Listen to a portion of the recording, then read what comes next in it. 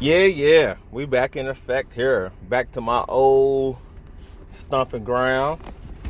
I'm sitting here located inside the truck, and I'm headed to doing some basketball. And I'm back in that thing. And you know how you be so busy that you don't even know your glasses at? That's how busy I've been. I've been so busy, I don't even know my freaking glasses at. Now, I will also say, I'm so busy, I don't even know if I need glasses. That's how you know you've been super busy. So, I've been definitely organizing my place. I'm learning. I got a lot of space and a lot of stuff, but this whole quarantine stuff is allowing me to analyze that, just because you got certain stuff don't mean you want to look at it all the time. You know what I'm saying?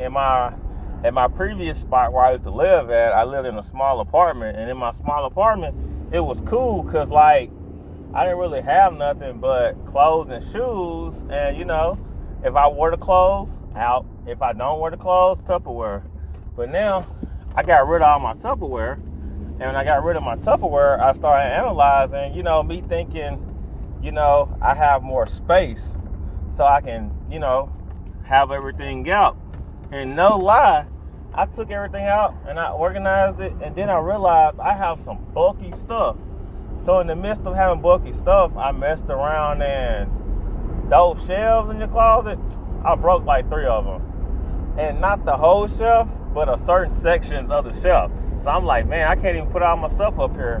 And it was a lot of stuff that wasn't accessible stuff. I got some freaking Jordans. I got 2 pair of Jordans I know I'm never going to wear. I'm going to sell them. But I may wear them. But I'm not going to wear them anytime soon. So I'm like, dang, Michael, why you got all these shoes you ain't going to wear them? And I know why I have them.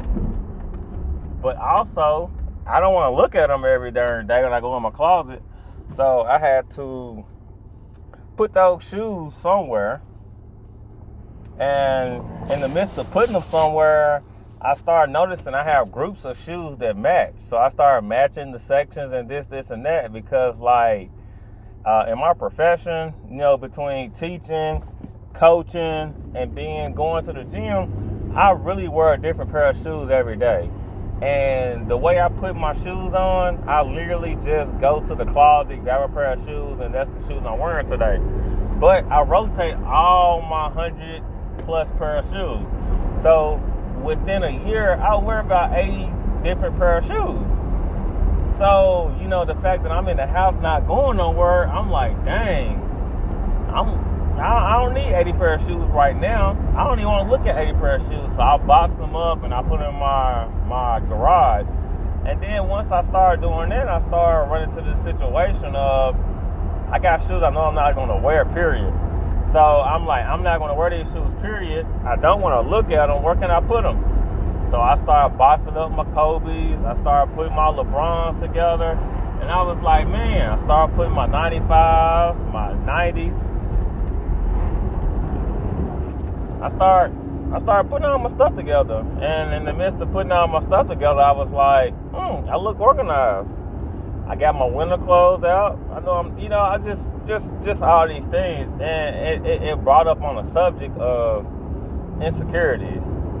And, I think I have some insecurities with my possession of things. I don't want to put it on a particular thing, but I would say my desire to have a certain possession of things. And having those possession of things makes me a lot more happy at times. But I'm also big on organization and space. But I will say this, I can have 3 rooms and I'll rotate cleaning a room while making the other 2 rooms dirty. So I've definitely been working on that. But like that, those insecurities, they hold you and prevent you from being what you need to be. But also taking into consideration, you gotta have that motivation to be something. And when you don't have a motivation to be something, your insecurities definitely take over. So recently my insecurities have been taking over because I don't like to be I don't like to feel like I need something. I like having everything I need. And, I got that from growing up. If we had $2, I feel like I needed $2. I didn't feel like I needed 10. I feel like we needed $2 because that's what I got. And as I gotten older, that's easy to think like that. But, raising a kid can be challenging with that mentality because it's like, you don't want to train your kid like that.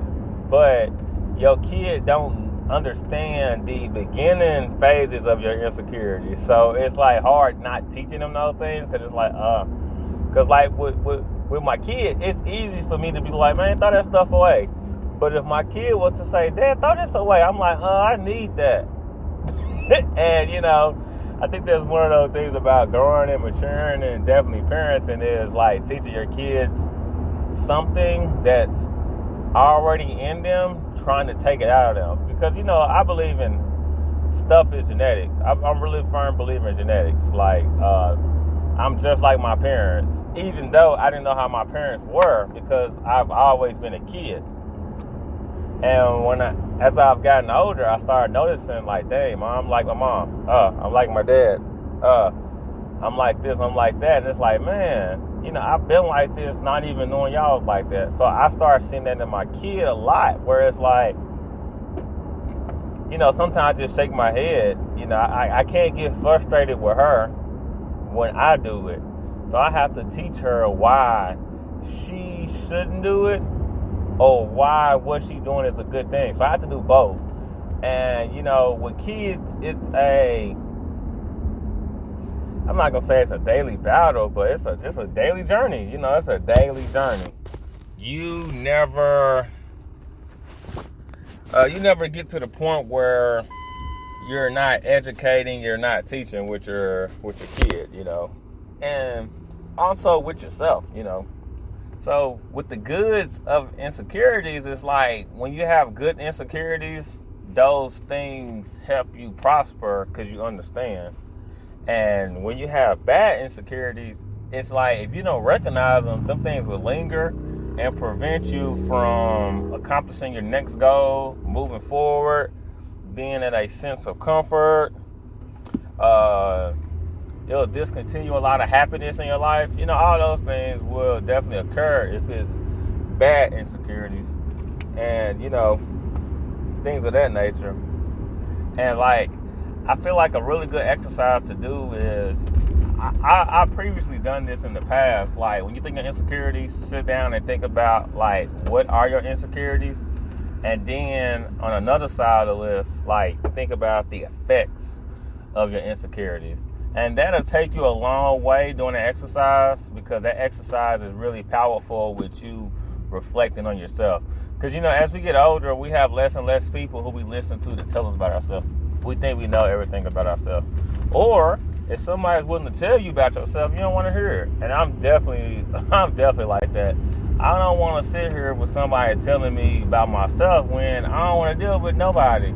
So the fact that it's like you're telling me about myself, I don't want to hear it because I don't want you to be around long enough for me to have to hear you. So that's one of my definitely negative qualities and my insecurities of recognizing flaws in myself being told by the outside public. That's really one of my big things that I'm working on, but I hate working on it, because by being an insecurity, I don't feel like it's something you can overcome. It's something you can better deal with, and better dealing with something is not overcoming.